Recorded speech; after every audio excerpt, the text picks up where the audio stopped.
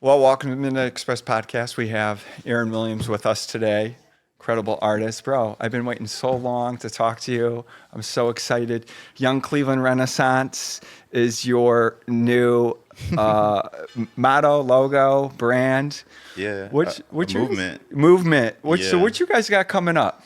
So yeah, Young Cleveland Renaissance is a movement that I feel like I've been so honored in being able to help lead and just help cultivate its ideas and really just help bring people together. But what we have coming up November 15th at Capitol Theater, free admission.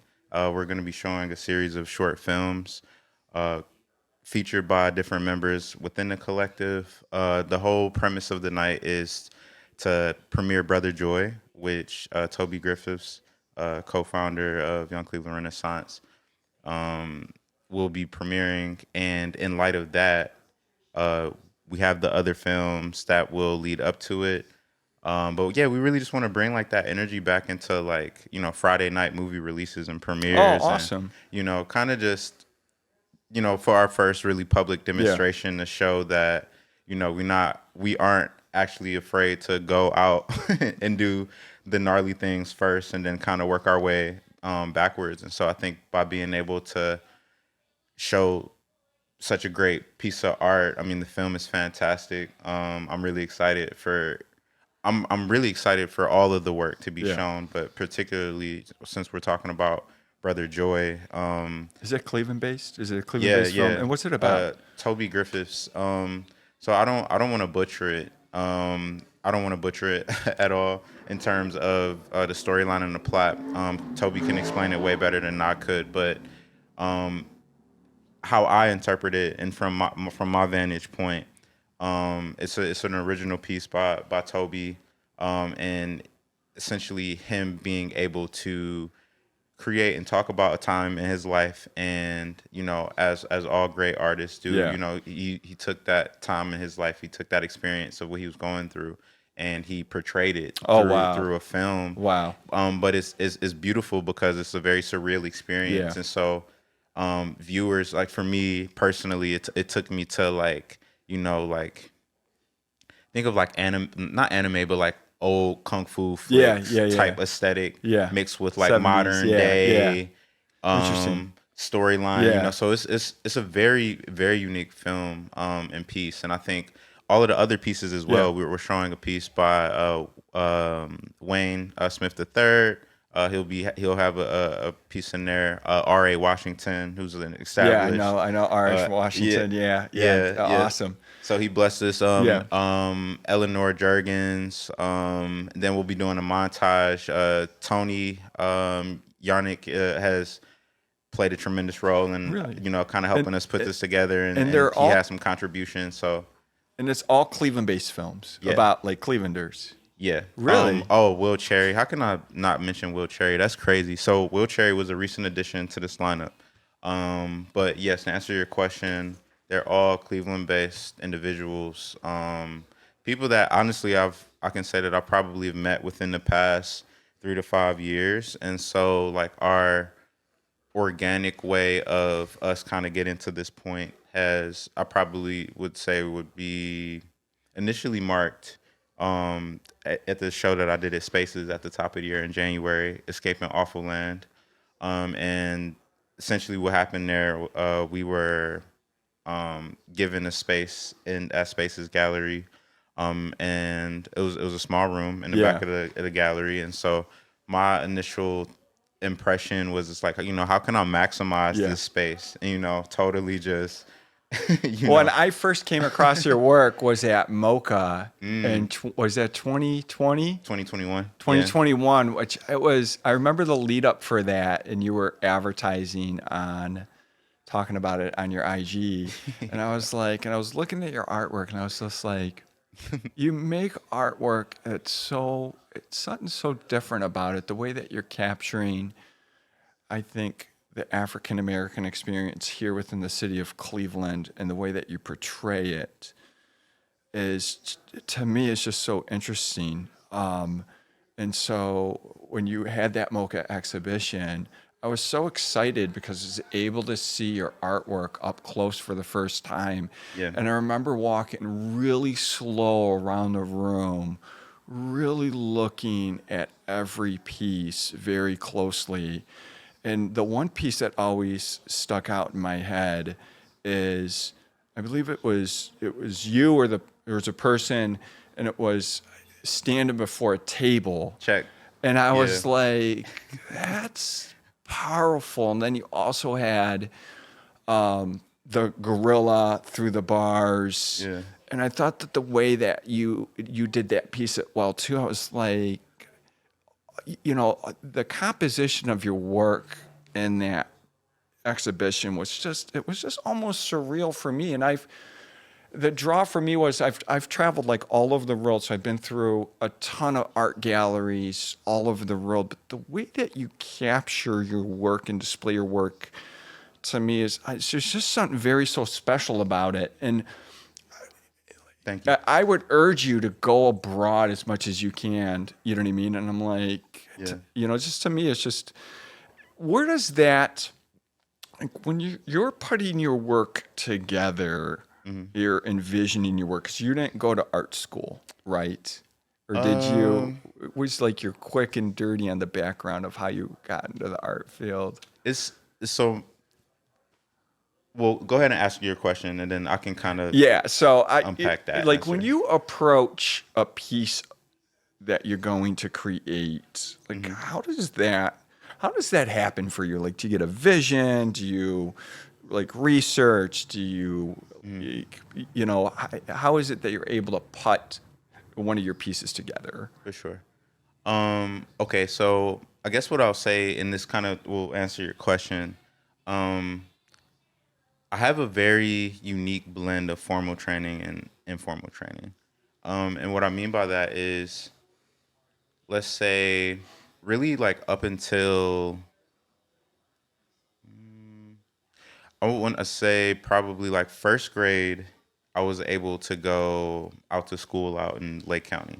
Oh, nice. So between going to school in Lake County, where they had an abundance of art resources, to inner city schools or to Euclid, Euclid had a little bit more than inner city schools, but I guess what I'm trying to get at is, I recall there being moments where there was like no art in sight. And then I remember years where it was a lot of art, and there was a lot of me being able to have access to resources that ultimately afforded me to, like, kind of sharpen my prowess. But, it started with me ultimately in my grandparents' house and being able to draw.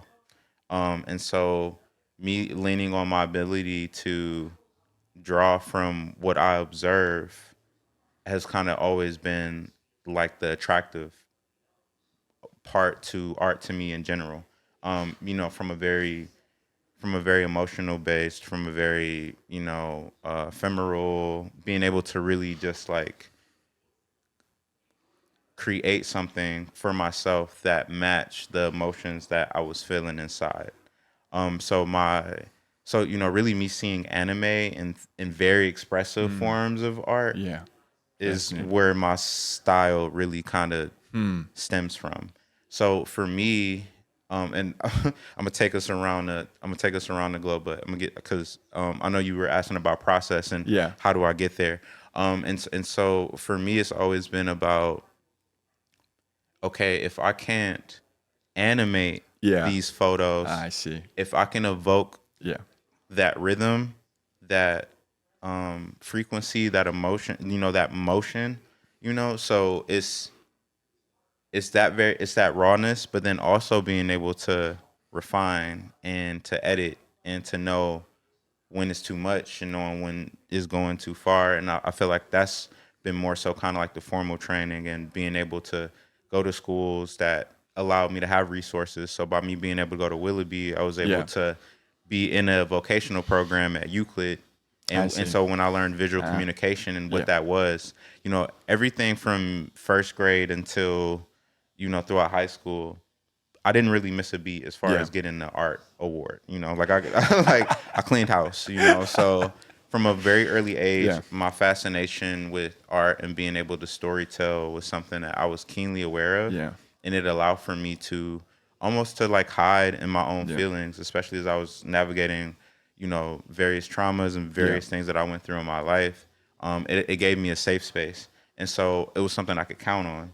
And so as I got older, I just was able to refine that. Once I was able to take something that was felt very natural to me and actually learned how it looked in the real world, Yeah. and then also what my abilities, what it ultimately could afford me once I Yeah. was made aware of what it was that I was doing. So I didn't really know what the art world was Yeah. until college, Yeah. in which I went to Cleveland Institute of Art for only 1 year. Oh, nice. But in that foundation year and my senior year, I also created my first brand out at that time. So me having a brand right out of high school, like Yeah. 2012 for me. Oh, wow. Yeah. So like having a brand right out of high school Yeah.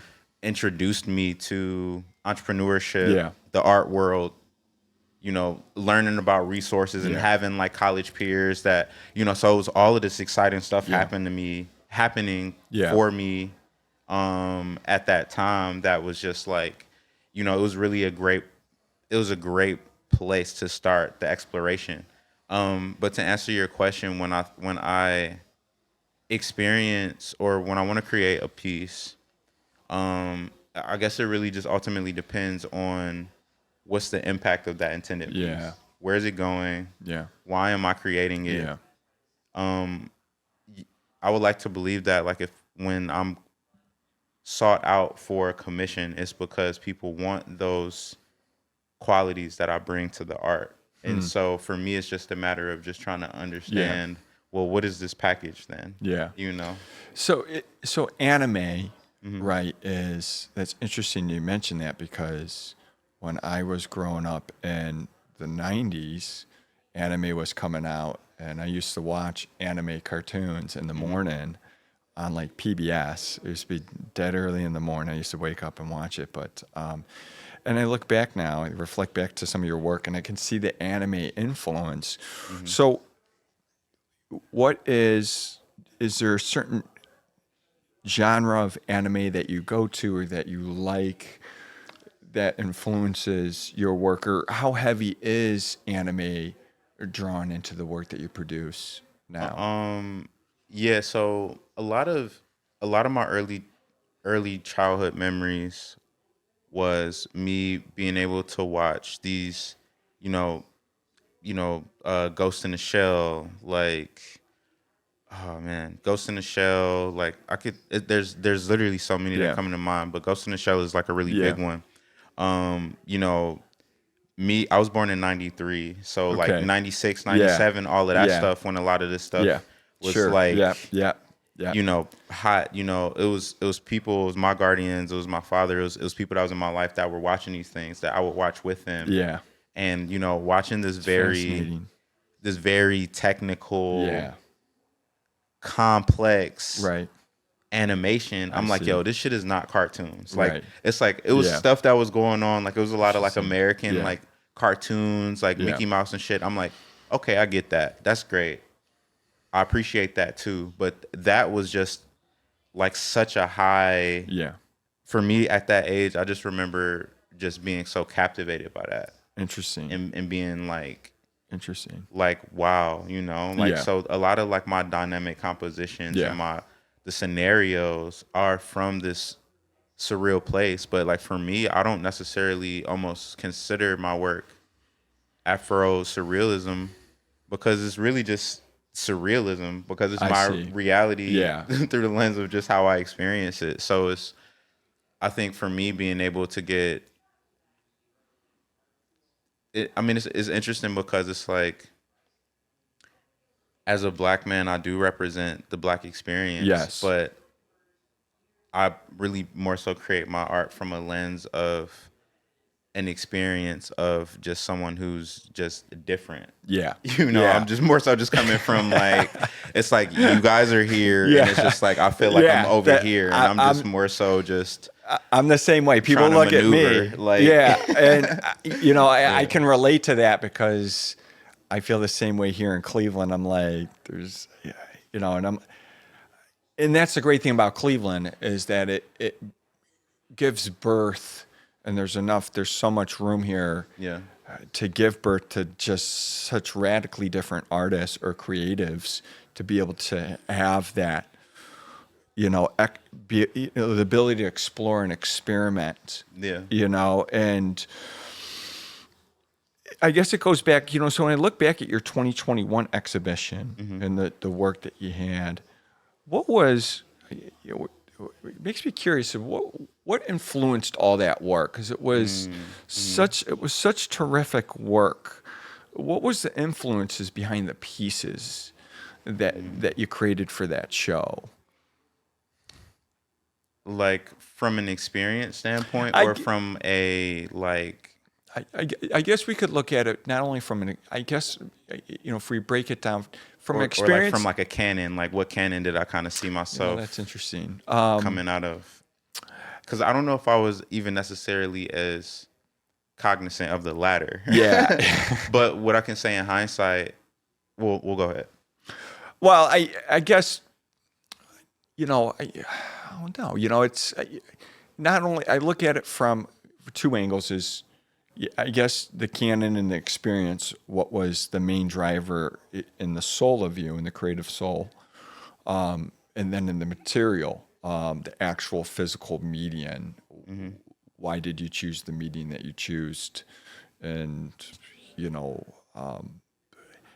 and correct me if I'm wrong, wasn't there multimedia in some of that artwork? Yeah. Yeah. So Yeah. this, so the multimedia approach as well too. Okay. I guess starting with that, everything about coming at my first exhibition, there was always like there was already enough pressure around that in Yeah. itself. So I think from a material standpoint, I think by me being able to lean on color pencils Yeah. and alcohol markers, it was a very bold move, but also it was me playing ultimately by me being able to play in my field. So I was able to leverage the playing field by me being able to rely on underdog materials to convey a message, what versus doing what would be like the appropriate thing, which may have been doing, these lavish oil Yeah, I paintings see. or things that I could have Yeah. easily leveraged Yeah. for these high prices and margins and been like, oh, this is my, Yeah. I think equally being able to split the attention towards the intentionality of the Yeah. materials being used and what that said about me, Yeah. and pouring the rest of that attention into my approach and Yeah. branding, Yeah. establishing myself Nice. as, a business, Yeah. and establishing myself as also ultimately an artist, Yeah. and an artist to be, I don't want to say mindful of, but I knew everything about that opportunity was Yeah. like a first impression. Yeah, So yeah. I was like, I have to get in here and I Yeah. have to literally like set myself up Yeah. to be like, yo, this is Boom. yeah, Boom. And so understanding that, I knew that me going in with also me going in and just being honest and telling my story, Yeah. but then also having that level of just raw vulnerability Yeah. was something that not most people in that position would be willing to do. Yeah. So that was, so in a situation where I was already, I was already under enough pressure. Yeah. I think my resolution to that was to push a little bit further until literally everything kind of crumbled. Yeah. Like until literally everything kind of crumbled, Yeah. and then I can kind of just make way for what was actually trying to like Right. come through. Have you done any, most of your works are like, have you done any large works that are like 6 feet by 6 feet or like 8 by 8? Most of the work that I've seen that you've done has all been, we have some examples hanging on the wall around us, been relative in size. Yeah. I'd be fascinated to see what a large scale experience would look like from your, like a large piece. And then I guess to piggyback on that is, have you done any physical 3D installation art or sculptural work? So as far as like working large scale, I mean murals. I Yeah. mean Oh just yeah, that's right. so I guess yeah, like me being able to do and have different murals throughout the city, and also being able to see my work in the likes of like pole banners and other different forms Yeah. of media advertisements and Yeah. stuff like that. Um, that for me is always fun, and I really just enjoy when I get an opportunity to Yeah. where my work can scale, because scale is everything, Yeah. and especially in the art world, and I think my whole thing too with that is you know it's easy to create big work. It's hard to create small work. It's hard to create small good work, Yeah. I guess is what I'm trying to say Yeah. more specifically. And so I feel like I always am. I think I'm kind of just I wanted to kind of take the more um the more like harsh Yeah. route in Yeah. terms of almost kind of forcing myself to work within parameters, whether it's 14 by 19, 19 by 24, Yeah. 11 by 7, Yeah. whatever. Being able to get my ideas concise I there, see. Yeah. because to be able to do that backwards, Yeah. or Yeah. to then reverse engineer Yeah. that, I Yeah. knew that would just kind of come Yeah. with that training. So it was kind of like, well, it's like, let me eat the vegetables first, Yeah. and then I'll just have cake the rest of my It's career. interesting. It's interesting because I also try to, when I create my large scale pieces, I don't create anything under 10 feet by 10 feet, right? So I know what that's like It's to the when model process, yeah, right, Like, yeah, definitely. And it's at times it's quite the challenge, right? Especially when you're trying to refine. My biggest drawback, I guess, is being a creative is trying to find the time to just, I guess, sit in the studio and refine the artwork more. A lot of people yeah, look and they're like, what, how can you, like, how do you evolve, and evolve? And it's like, I just wish I had more time to sit there and get more intricate, I yeah. guess, with work, So what's like a median that you're trying to venture into that you haven't ventured into yet? Like, because you create such fascinating work. So it's trying to, I guess, have you done anything with video or, I guess it's just to open the floor on what is the future median that you're excited about? Yeah. I know earlier you mentioned too in one of the questions was, have I worked with sculpture Yeah. or, large scale? And so I guess the future of my work would just be, ultimately just more public works. I think being able to get into that space is something that my work has always kind of have has been kind of primed for. I feel like that I have a very sculptural approach within my illustrations, so that being able to translate Yeah. further Yeah. is just something that I'm, kind of more interested in finding those collaborators, Yeah. fabricators, all of the aiders that would help me to, kind of help me, see forth these ideas. I think sculpture is a beautiful way to convey not only emotion but just like these larger than life ideas. So Yes. I think finding ways to have the public art have sculptural Right. elements and vice versa, or being able to do entire fields or Right. yards where it's Yes. almost kind of like this giant outdoor installation. And I know that's probably where I think that I know off camera we were talking about, like, being able to find a way to work together. I think being able to do things where it's like, you know, I have these scenarios. I have, because everything that I create, I like to think of it as like I'm creating it from a world, Yeah. So Fascinating. everything that is on my current planet Yeah. in terms of like the awful world, Yeah.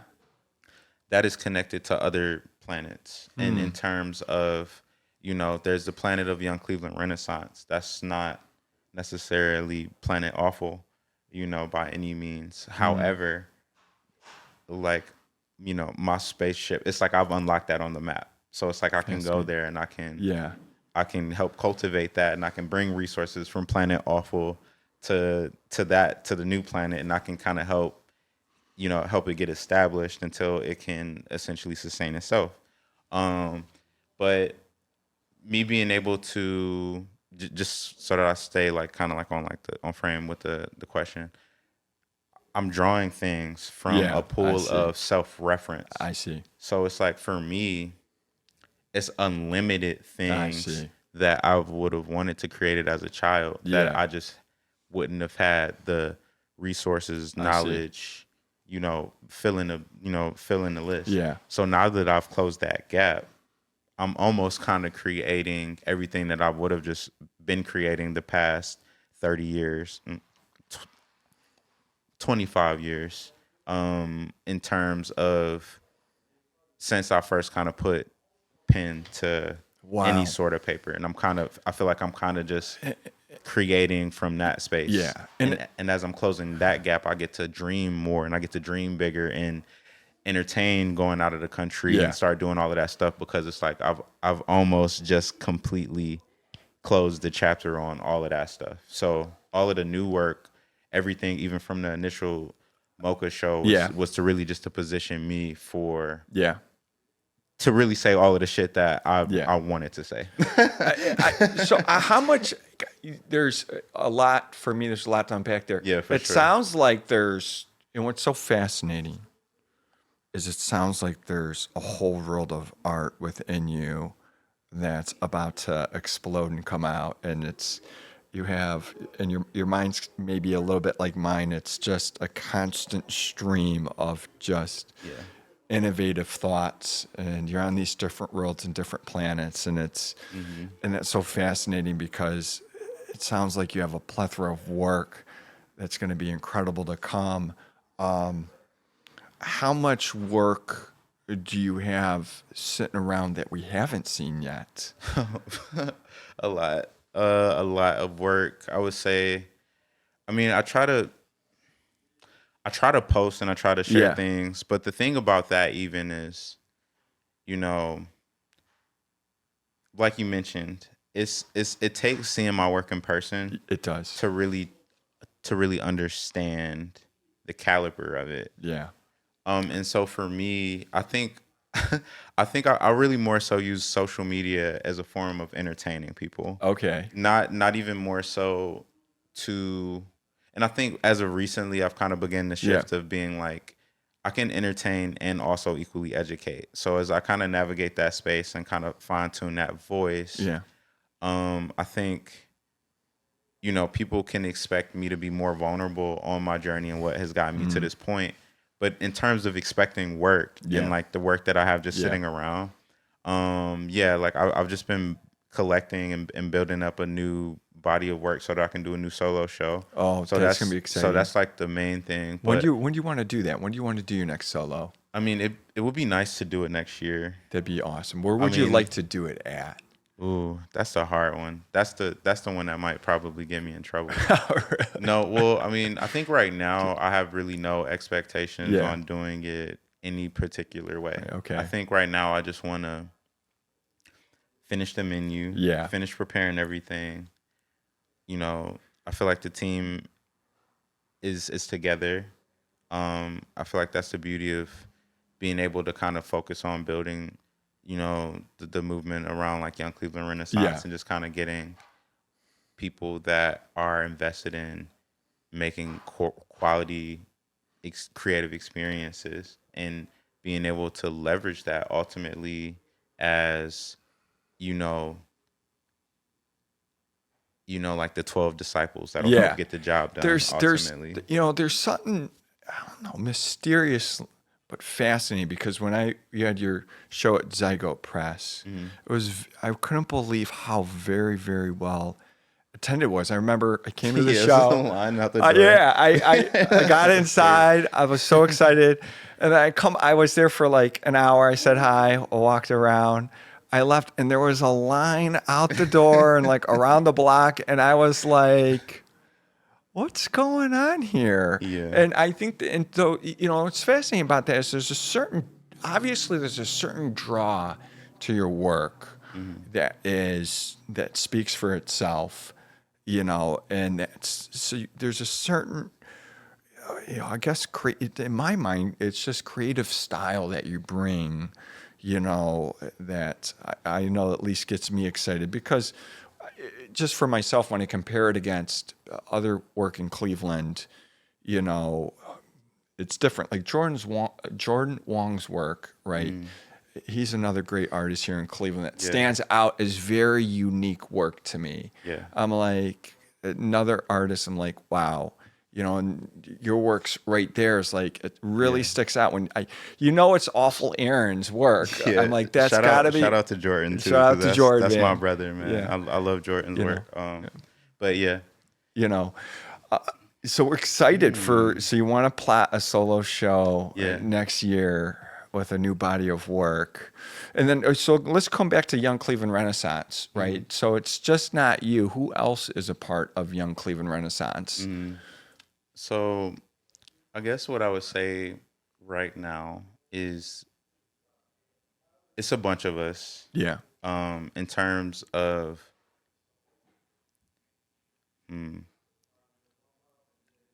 so partially why I'm being mysterious and not giving you a direct answer is because it's a complicated answer. Yeah. I can't not name one person and not name somebody else without them feeling like, so I see. I would more so say that who's not a part of Young Cleveland Renaissance. Right. And Cleveland, to me, the reason I love that is because Cleveland needs the young artists right now. Me and my friends came from a different time in Cleveland history when we were growing up in our 20s and early 30s. It's like a vastly different time in the art field.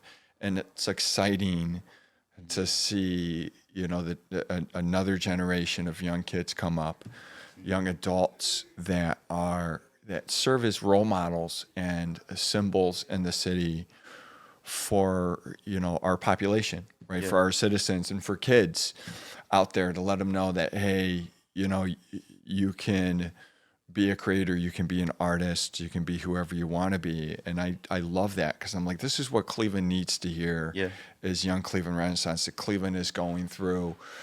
Me and my friends, we could talk about, we were in the dark ages of Cleveland, like early 2000s. Yeah. It was a ghost town. This was before MoCA had its location in, up there in Uptown, University Circles, before 78th Street Studios, before Can Journal.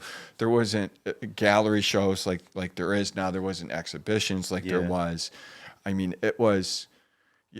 I remember when they put in the lofts there right across from the Plain Dealer building, and that was like a big thing. Yeah. You know what I mean? And so I was always a creative here in Cleveland, even back in the day, but you couldn't be creative like you could be now. You couldn't be an artist in a way like you could be now.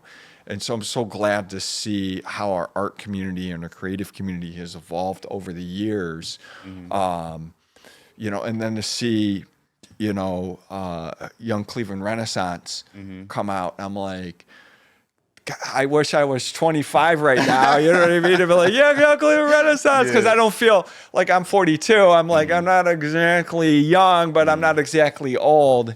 You know what I mean? It's a spirit. Yeah. It's when we say Young Cleveland Renaissance, it's not to exclude anyone. It's to, if anything, it's to challenge one's own belief of their self. Because if you don't feel, you can talk to an 80-year-old lady on the street and she can have the spirit of a 20-year-old.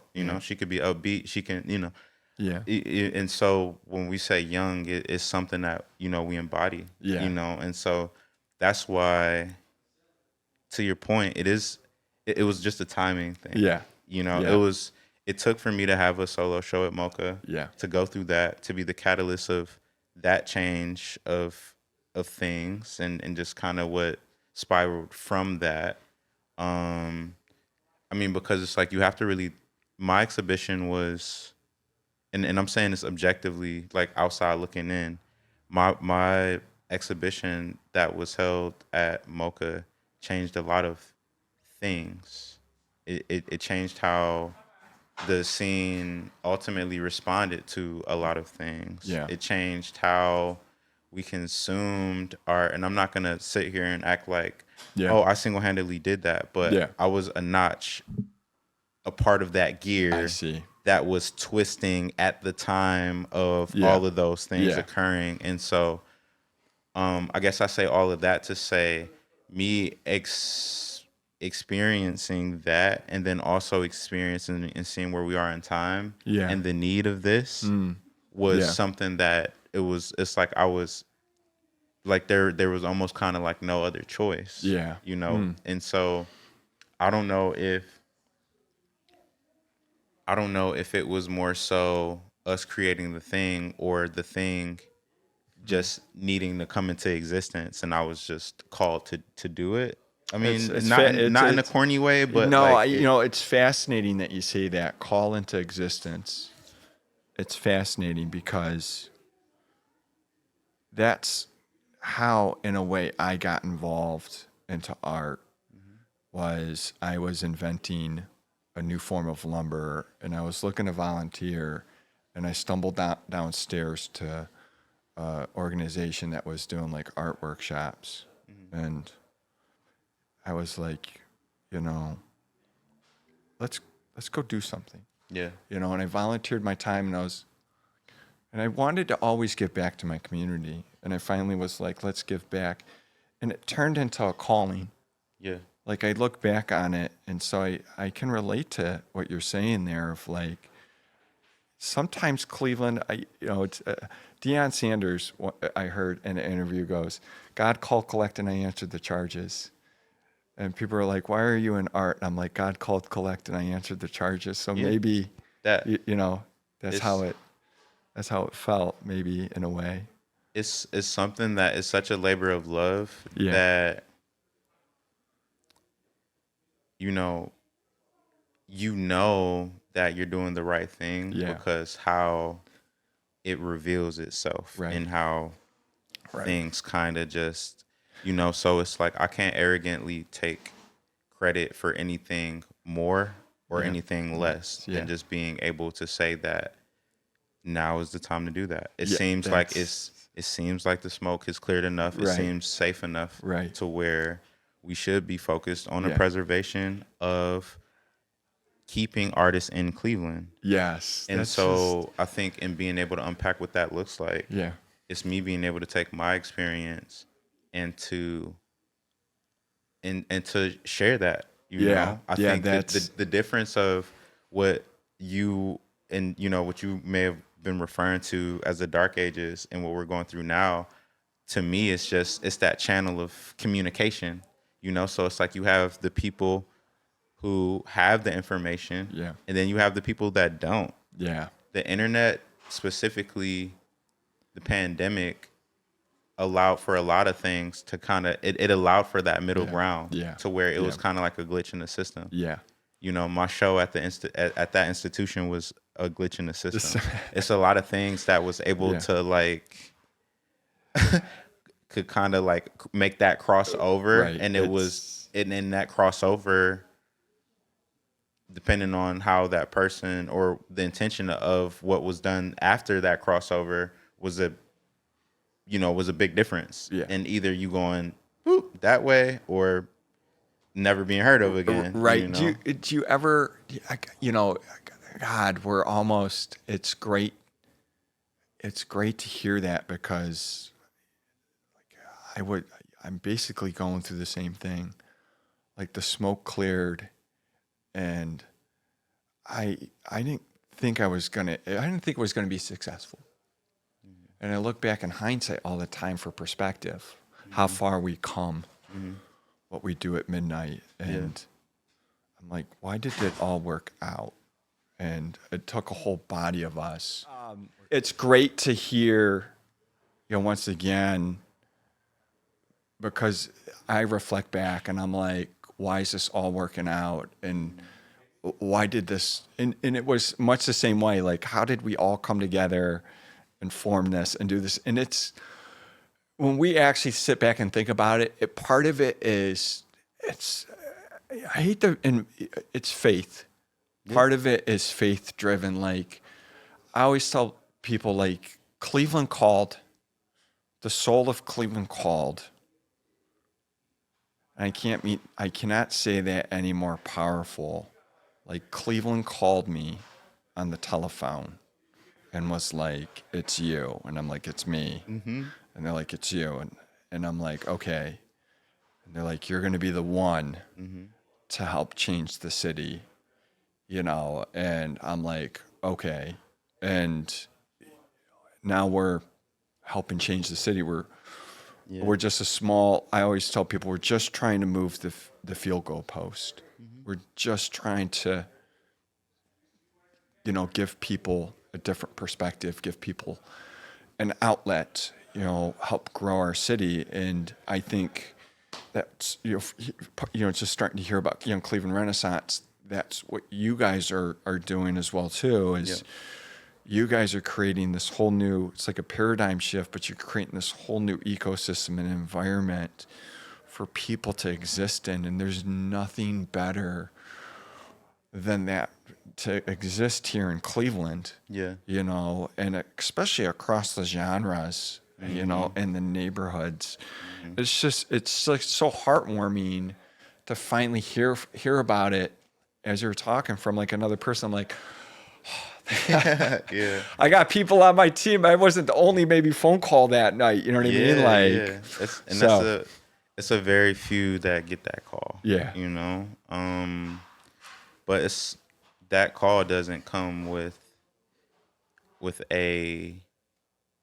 that call does not come without expectations. Yeah.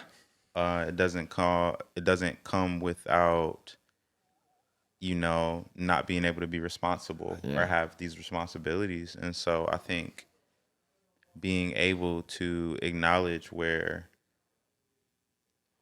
from across different generations, there are those of us who can, stitch the dialogue that we've been missing or that hasn't been passed down or forward. Yeah. And I think by us ultimately just kind of tethering those channels, I mean, it'll make for a better ecosystem. Yeah.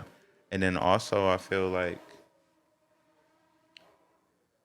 the need of having a collective is also in direct response of preservation. Yes. Of creative intellectual property. Yeah.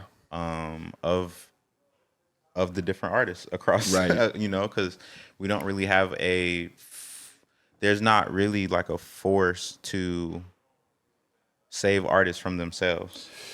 And, it's true. And what I mean by that is, unfortunately, that because a lot of us are investing in getting good at our craft and getting good at the art, the need and the awareness to become business savvy is either virtually non-existent or extremely low. And the problem with that is now it's like you have new artists entering this ecosystem. They don't know what the hell is going on. They're doing whatever. Now they're on literally on every platform, on everything, doing every single show, doing every single talk. And that's very taxing on the artist. It is. And not only is that very taxing on the artist, but the appreciation for them is being diminished because they're more accessible. And when something is more accessible, then one would argue or could very well look at that as like, oh, I mean, I can just go get it. And it's like, when has art ever been something to where it's just like, it's a commodity. Yeah. And there's a difference between being able to have your art accessible, but then not being too accessible to the point to where it's costing you that very means of power, so that you can create and sustain for yourself. So how are you, you and your group? So what's interesting about us at Midnight is we have, and it's crazy because some of the people that are members are wildly successful business people. I mean, it's insane. One of our members, won't mention his name. I knew about him when he was in software. Like he was like a role model of mine in software. I didn't know him. And I would never think all these years later we would come to be friends. I was like, and I still can't believe to this day that we're friends. And there's so much I still learn from him from this day because he built a very successful company here locally and sold it. And, and so all that business knowledge, being in the startup field myself, being an entrepreneur before being in art, being able to give back to fellow artists, right? Artists are great creating, being in their studios creating. And I understand why there's a failure of Business 101. And I'm like, please let me come in and help you. When I was in the startup field and I was venturing over into the art field, I was like, it would be great. They used to have, I think they still have Tech Pint maybe here in Cleveland, where it was all the startup people would get in a room for one night and they'd give pitches and talk to each other at panels. And I was like, now, I wonder what would happen if you got the Tech Pint people, you got the startup people together with the artists.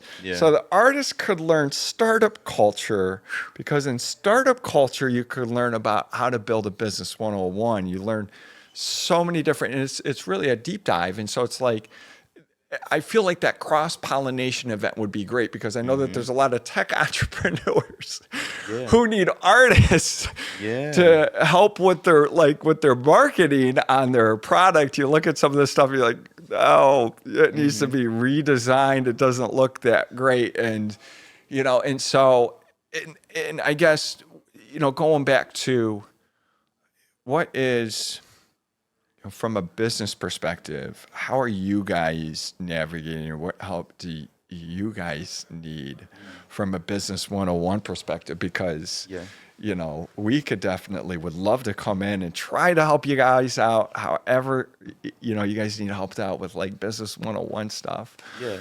I would definitely say, from a business model standpoint, us being able to function as like a platform business, or having that model would probably make the most sense, like long term.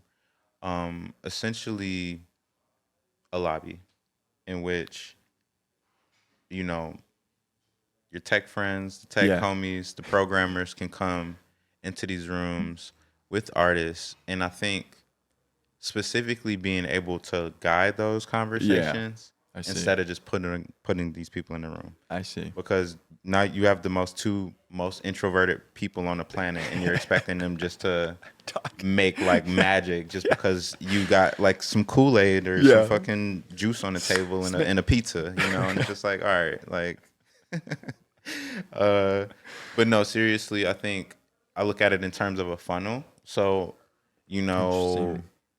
being able to have things in place, like, I don't mind going out, having those conversations, getting those resources. I see.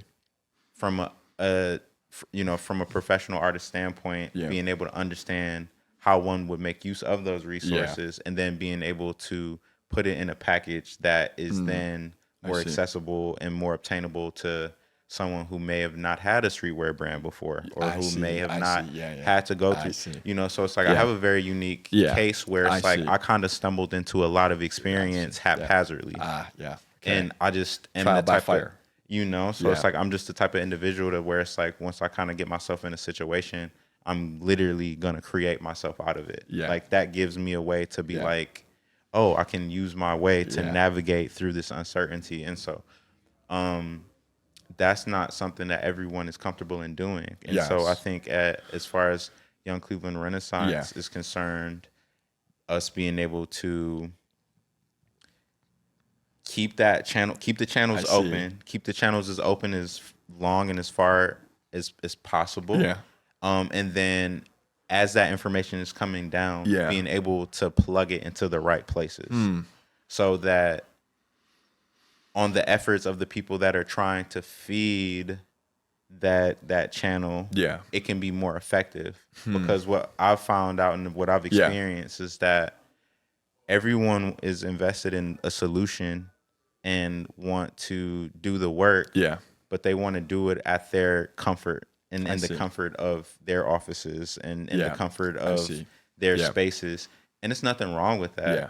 But in terms of me having the opportunity to be on the ground with Yeah. it, I'm able to reach more people. I see. That's why there's a line of Yeah. people Yeah. out the door I see. at my events. Yeah. and I some of see. these other events can't even get like Oh, 20 I see. people out. Yeah. You know, you can't, there's certain things you can't buy into. Yeah. You know, and you can't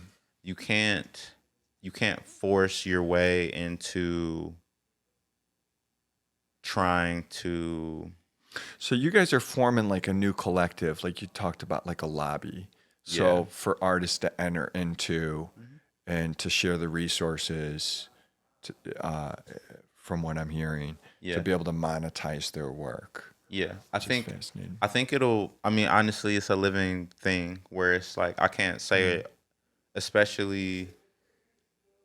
You know, like I don't want to limit it to it being just a collective. Like I see. honestly, I think it'll be whatever the culture needs it to be. I see. To So do you think make you're- sure that we can move forward. Yeah. Do you think you're building together. a new culture then? Certainly. Oh, wow. I mean, I feel Yeah. very aware of just kind of what's going on, and I think it's me being able to take the hype, the influence, Yeah. everything that I've created with Aawful Aaron, I which see. served as a Yeah. pilot, and Okay. it's just me just being Yeah. able to scale that I see. for not the it's interest beautiful. of myself. Yeah, I see. You know? Yeah, So that's no, and So that's it's just kind of like, oh, okay, cool. I learned how to build a spaceship. yeah. Let me build one with like 50 seats this time instead of like the solo shit. yeah, But I can take see the what same you- yeah, engineering. Yeah. And I can take my experience That's to be like, beautiful. okay, well, maybe this is going to need extra Yeah. armor because there is Yeah. more people Yeah. on it. Or, And that's you know. embodied, and that's Young Cleveland Renaissance. Yeah. That is so your spaceship. yeah. That okay. So it's like we just want to get artists to their desired destination, wherever I that see. is in That's the beautiful. in the universe. You know, God, that's just you know. that's So it's really, like some people will maybe come and only do work with us Yeah. for a month or two. Some people will be 5 years. Yeah. You know, but it's like the goal is making sure that an artist can leave with more of a sustainable idea see. around their practice I than when see. they enter. I see. And so, do you guys have a home base yet? Or you're just looking Not for yet. one? Yeah, not yet. We don't have a we don't have a brick and mortar space that I can disclose at this time. Okay. Nothing. So I think right now being able to operate, kind of just finding opportunities Yeah. to kind of meet up. Like it's very much like kind of like on some like warrior shit. You know what I mean? Where it's like, Listen, we're down, and I mean, midnight. I got my my laser cutter at our my family office, and we got a warehouse in the flats. Yeah. And I was in a warehouse across the street. Like it's been a real adventure. We don't have like a true home base, and it's something as an organization. We're like, Yeah. we need a permanent home to where we can actually run events, do stuff. We don't have to tear stuff, we can build and leave it up. And so it's tough, when you're a new collective organization and you're trying to monetize its rent is what I wish the city of Cleveland would do. What the city should be doing is it should be coming to its creative class and subsidizing, sitting there going, okay, we have all these vacant buildings, right? We're going to take this vacant building over here and we're going to give you free rent. Let artists come in. I always tell people artists are great because they're going to come in and do all the sweat equity. And then they're going to bug all their friends, and they're great at going around, bugging their friends for paint and, and brooms and dustpans and brushes and, and piping and whatever they need. They will Yeah. go and they'll be, they'll go big, all the businesses. And the businesses, I feel for the most part, are receptive and donating what they can. I just think it's just free access to space. And Cleveland has a ton of vacant space, and the city owns, to a certain degree, a ton of these vacant buildings. And it's like, let artists come in, give them free rent with sweat equity behind it. And there's got to be, I wish that Cleveland, especially being a progressive city that we are, would be even more progressive and innovative in that regard, because that's what it ultimately, when I talk to a bunch of artists around the city and creatives, it's always the thing primarily holding artists back. It's like you're sweating over space and there's not an affordable space at that. I mean, Yeah. some of the new studio spaces in the city are like, we want $8 a month per square foot. And it's like, by the time you do the math, you're like, I'm making like $200 a month off my art, Yeah. See, yes. So I think to all of that, well, to the first part of that, in terms of the city's involvement, when you're talking about like properties, vacant lots, artists, that just sounds like cha-ching and like liability Oh, in yeah, in sure. that Yeah, whole the yeah, dynamic of yeah. that. So I think what my hopes is to educate the next generation of artists on what things look like, so that we can control Yeah, or I be more see. mindful I see. of what we are sweating over. Ah, I see. Smart.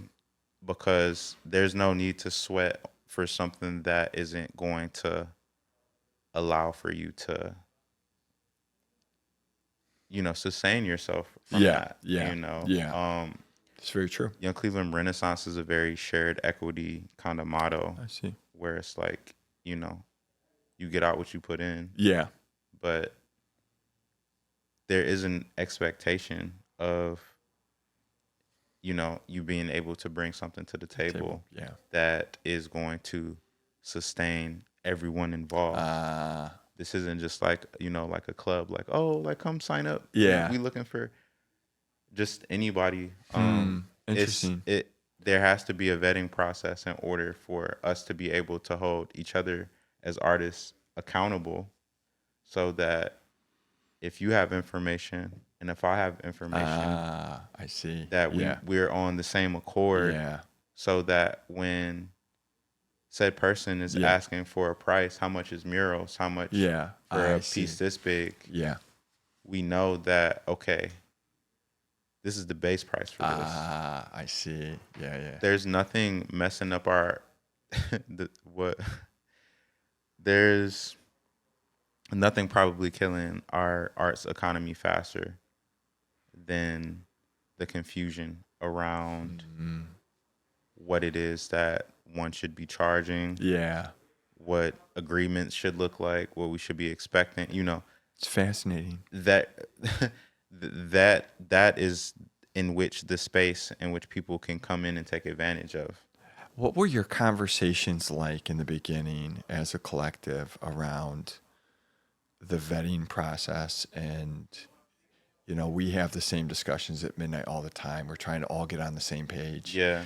And if you were to join our WhatsApp channel, it's at times it looks like a circus. I won't lie. Like we're going through some rough conversations because we're trying to Navigate. navigate and get on the same page of like, what should we be charging? How do we share the resources?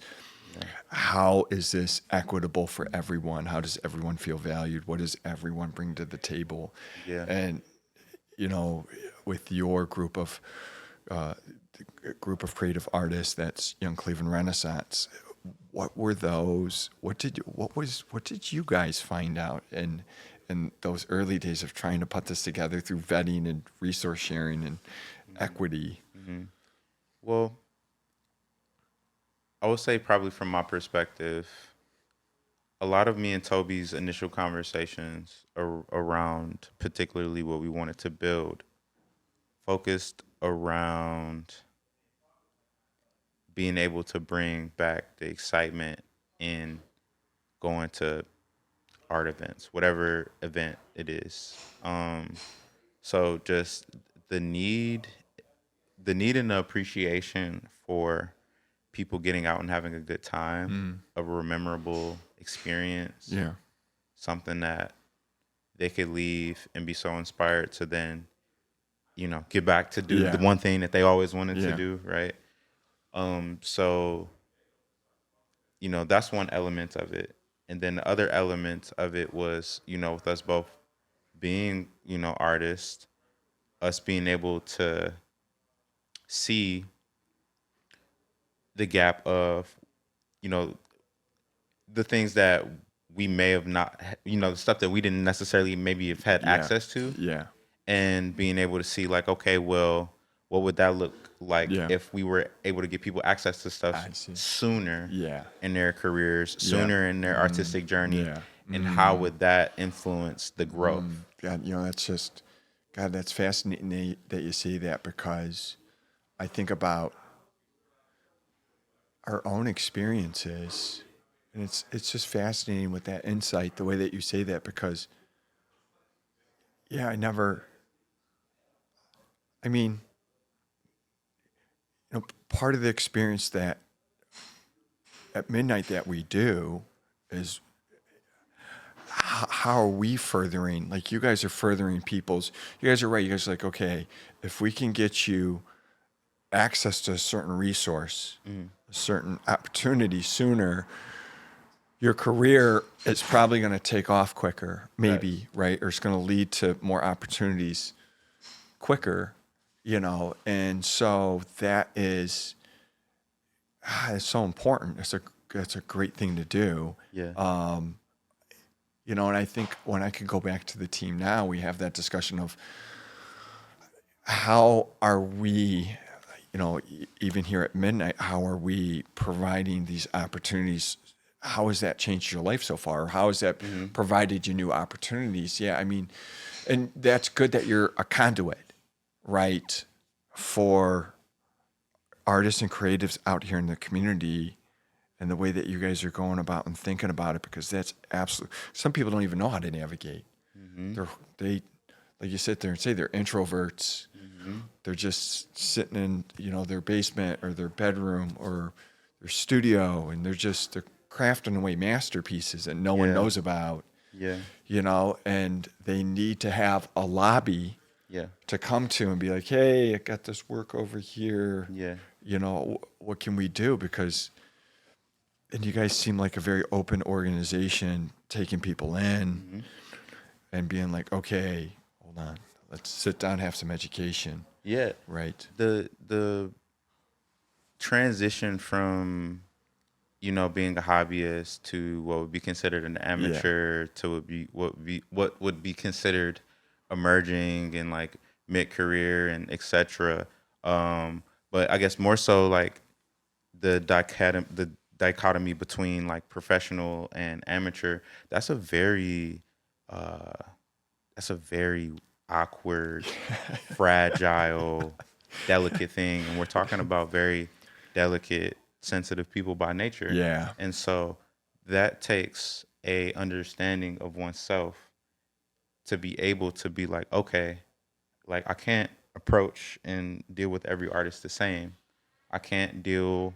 It's like if I want to get the best out of someone in terms of allowing for them to see the light for themselves, that I see the potential for them. That's a very delicate process, and it takes time. Yeah. And so I think, That's got to be tough conversations with artists when. well, yeah, definitely. I mean, but I think it's more so just having tougher conversations with like myself. Yeah, It's more so just being like, it's like, can I? Is it worth my sanity to kind of like open the gate for this person into a world that I'm still very much navigating and stuff. So it's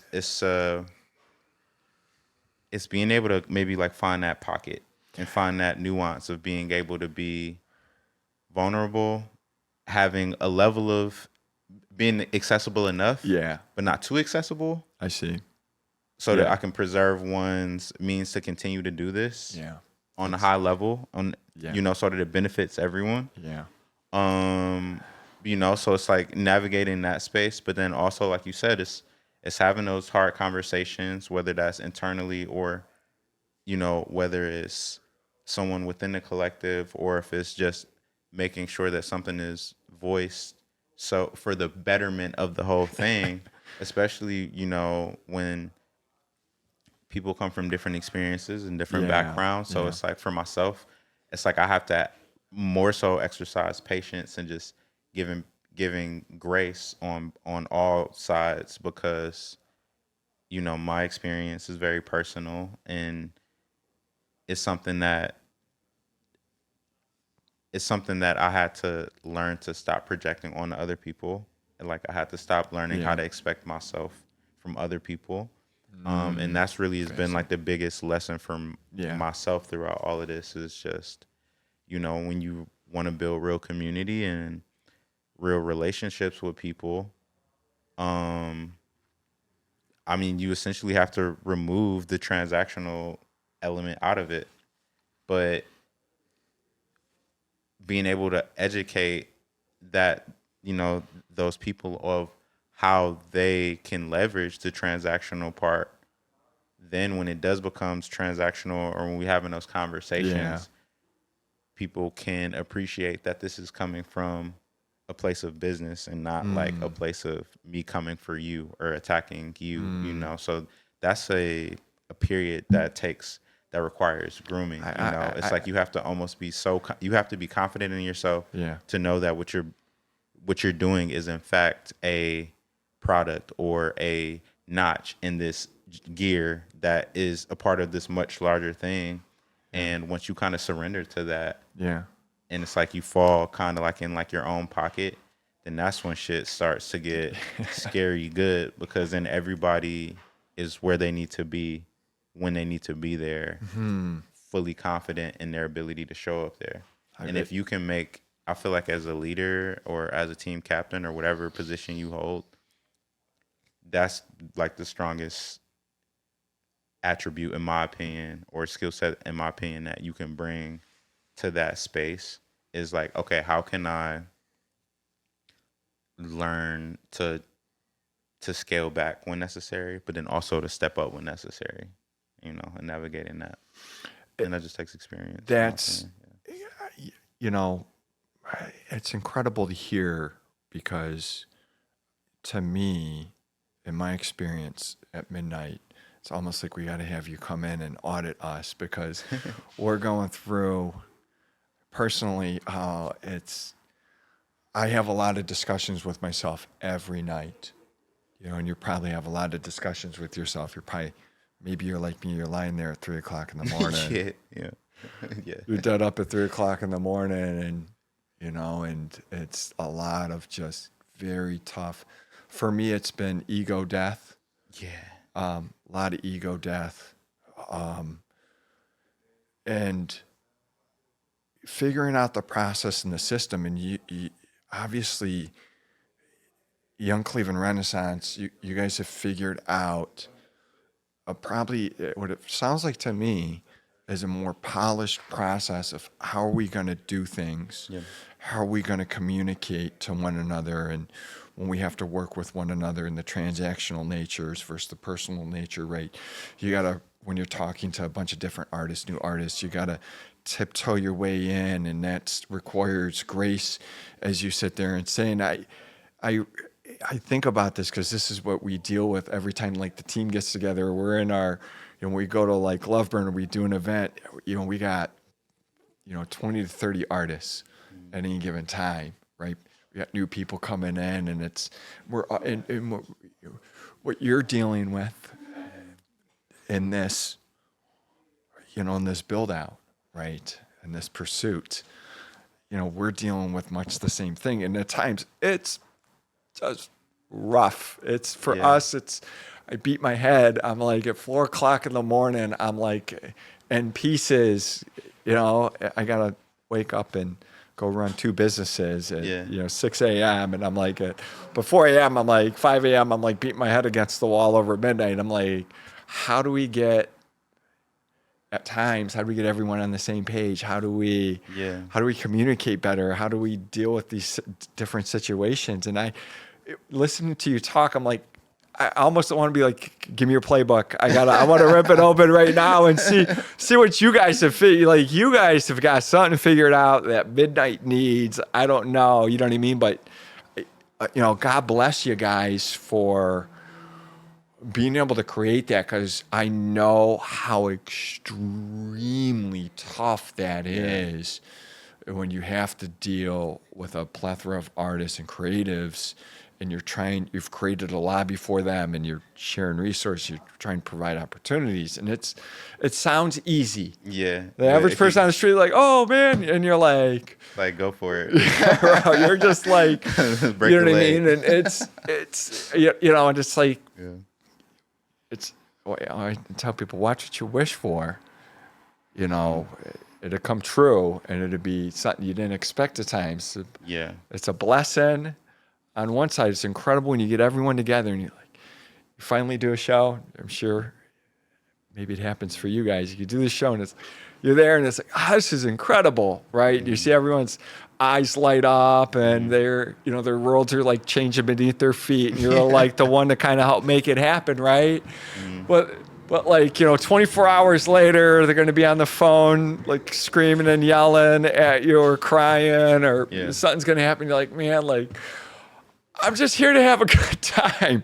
Like, give back and have a good time. So this is all you want to sit there and say. And you're at the same point, then you got to humble yourself, and you got to be like, okay, now we got to get back to like education and culture building. We got to get back to like branding and community building. And I think, well, to all of that, and I mean, and you're right. And I think it's a process that I've learned to love and appreciate, because there is no progress without significant struggle. And so facts. I feel good about knowing that, like, by being able to navigate these things, that I am able to be in a position to have the experience to know how to navigate these things. I think for me, I've almost kind of have learned to appreciate that, not every fire or not every problem is like needs to necessarily be made into everybody's like not every issue needs to be like blurted or alerted or sounded off. I think being able to have the foresight of understanding who will help you, like when shit hits the fan, who's gonna help you essentially deal with that, is also something that just develops in time. And so my whole thing is me knowing how I operate personally on a creative level is I work the best when I'm able to compartmentalize all of the bullshit, and I can make space for me to just focus on just creating. So for me, and when it comes to working with other artists, I usually, I really don't see a point in getting everybody all riled up and fired up when I'm likely to be the person to put the fire out, or to be me and somebody else. And so it's just kind of like, let's just keep everything fun. Let's keep everything productive. Right. Like the things that are going to directly affect the individual, that's one thing. But if it's just, not necessarily anything that's going to change anything for the worse, you kind of just got to know when to. And I have to learn that on a personal level. Like, not all fires are important. Because if you make everything important, then nothing is important, essentially, So I try to just take things that I learn, and I, try to really reflect on it, and I try to learn to use that to fine tune my adjustment when it comes to, just trying to position myself in a leader in a I community for I real. think you're doing, from just talking to you so far, I think you and your team have developed something that's, absolutely golden and that Cleveland needs. Thank you. And you guys have, I can't commend you enough, because I know what that's like. To know that someone else is doing it and creating a lobby has got me so excited for Young Cleveland Renaissance and yourself. And just the future of possibility for all the creatives here in Cleveland and artists that are here, and to know that someone else is, it seems like it's definitely more polished than, obviously, what we're doing at Midnight in that education and give back to different artists. And that's just amazing to hear, because it's truly what Cleveland needs. There needs to be a place, for artists to go, a lobby for artists to go, to be able to have that shared resources and have that educational give back in that learning center, right? And be able to try to monetize and get the opportunities. And that in and of itself is just, and thank God, because it's what Cleveland needs right now, Yeah. right at this time, and to hear straight from leadership, right, and the humbleness and the grace. It's definitely the higher calling to know that we've turned the corner here in Cleveland, Yeah. most definitely. And God, the future possibilities, it's just so exciting to hear about that. You know what I mean? Because I know you guys are hard at work, and that's what's got me so excited. So you guys' next show is Yep. November 15th at Capitol Theater. at Capitol. And then what do you guys get any shows after that? Or you guys plotting anything? You guys theorizing, brainstorming? Yeah, so after the event at Capitol on the 15th, that will be, really I'm just going full blown, just trying to finish off this next solo show. So that's awesome. That'll kind of, from a timeline perspective, Yeah. probably be like the next thing on the calendar. And then, there will be, I'm sure, opportunities that'll pop up in between there. Nice. But I think right now, just being able to deliver really quality experiences. So I'm really excited about next month. I'll make sure to send you everything so you can plug that and stuff. Yeah, definitely. But, like people that are interested in just following what I got going on and seeing my work, they can follow me at Aawful.Aaron.com, or not Aawful.Aaron.com, at Aawful Aaron on all social medias. And then for Young Cleveland Renaissance page, that's YCR Worldwide. That's awesome. Yeah, so like the links are also in those bios and stuff as well. So we're just asking people to register, because I think right now we're at like 230 like pre-sold like tickets, and I think the capacity is like 450. So well, that's great to hear. Thank you. You're great. Yeah. You're off. Capitol Theater. It's a beautiful theater. Yeah, Detroit excited. Shoreway on West 65th. I go there all the time when I can. I used to go there more often, but life's got me busy now. But I'm super excited. Yeah, that was my first time seeing it. Was like my first time ever being there. Really? Was like recently. So Oh I my was God, like, really? This is Yeah. sweet. Yeah, I'm I excited. wish they had. I mean, they got like the people that run Capitol also run Cedar Lee. Okay. But I wish that they had a Capitol Theater on the close east side here in Cleveland, because it's, to me, every what helps is every community or neighborhood, centralized neighborhood, would benefit from a community theater where it's small, 2 to 3 films, you know what I mean, that they can go see. Are we at our 5-minute mark? It is. I didn't know. Are we at the hour? It's 5:30. It's 5:30. Holy moly, we're gonna talk for an hour and a half. Okay, well, you forgot to come over and warn us. Nah, when Red came in, I thought y'all were done. And No. And then Tim walked in, so I thought that y'all was just rolling. No. Okay. Got some bonus. We about to have some bonus We've been. content. We got some bonus. Well, thank you so much for. I guess this is the wrap up. Well, Aaron, thank you so much for coming today. Thank you for having me. It's been great to hear your story and your journey. We're excited for Young Cleveland Renaissance and excited for yourself. Cool. Yeah, thanks for having me. Shout out to you and everything that you got going on. Appreciate you again for having me on the platform. No problem, man. Okay, we'll see you guys. Thanks. Peace.